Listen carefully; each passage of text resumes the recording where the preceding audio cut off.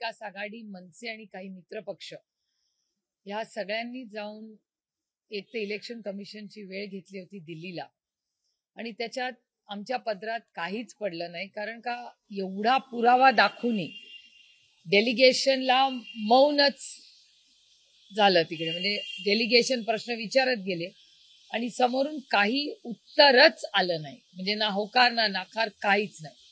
त्यामुळे दुर्दैव आहे की इलेक्शन कमिशननी एवढे पक्ष तिथे गेलेले असताना, एवढा एव्हिडन्स नेलेला असतानाही काहीच त्यांच्याकडून आलं नाही. आमच्यासाठी खूप चिंताजनक आणि खूप काळजी करण्यासारखं आहे. त्याचबरोबर आज राहुलजींची जी प्रेस कॉन्फरन्स झाली, त्या राहुलजींच्या प्रेस कॉन्फरन्स मधली जी गोष्ट आहे ती तर धक्कादायकच आहे. म्हणजे तुमच्याही चॅनल्सवर दाखवली की जी व्यक्ती भारतातच राहत नाही त्या व्यक्तीने इतक्या वेळा मतदान केलंय, ते म्हणजे हे हास्यास्पदच झालेलं आहे. म्हणजे दुर्दैव आहे की इलेक्शन कमिशन सारखी अतिशय गंभीर संस्था, जी या देशाचं लोकशाही, ही या जगातली सगळ्यात मोठी लोकशाही ज्याचा सार्थ अभिमान आम्हाला आहे, त्या लोकशाहीमध्ये आज अशा बातम्या येतात. आणि हे सगळं डेटा ड्रिव्हन आहे.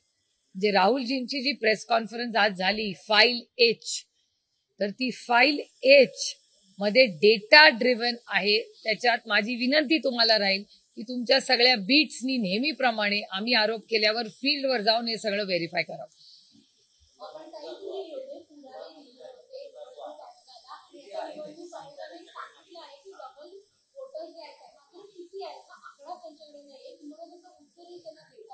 माझा प्रश्न आहे की ते रोखणार कसं डबल मतदान, म्हणजे दुबार मतदान थांबवणार कसं, हा माझा प्रश्न आहे. ह्याचं कारण असं, एवढं तंत्रज्ञान आहे, एवढा मोठा AI म्हणजे आर्टिफिशियल इंटेलिजन्सच्या माध्यमातून एवढे नवीन ऍप्स निघाले आहेत, ह्याच्यात दुबार मतदान नॅरो करणं हे काय फार अशक्य नाही आहे भारत सरकारला. तर मग भारत सरकार का त्याच्यावर ऍक्शन घेत नाहीये हे मला समजत नाही.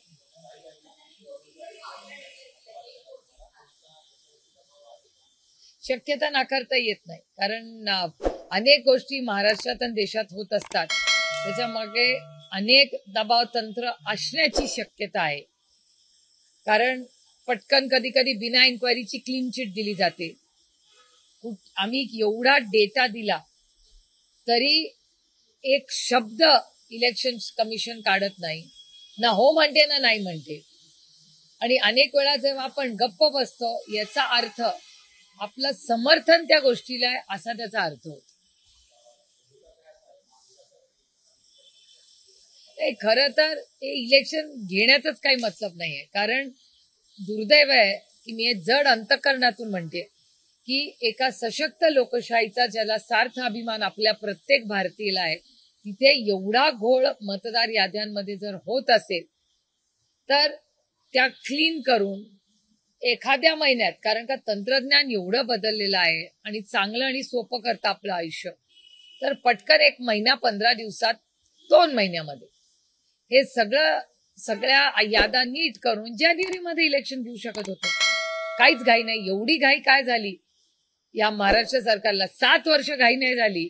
एकदम आता असं काय झालं की जितके आरोप आला धार वाढत गेली तेवढी त्यांना इलेक्शनची घाई झाली.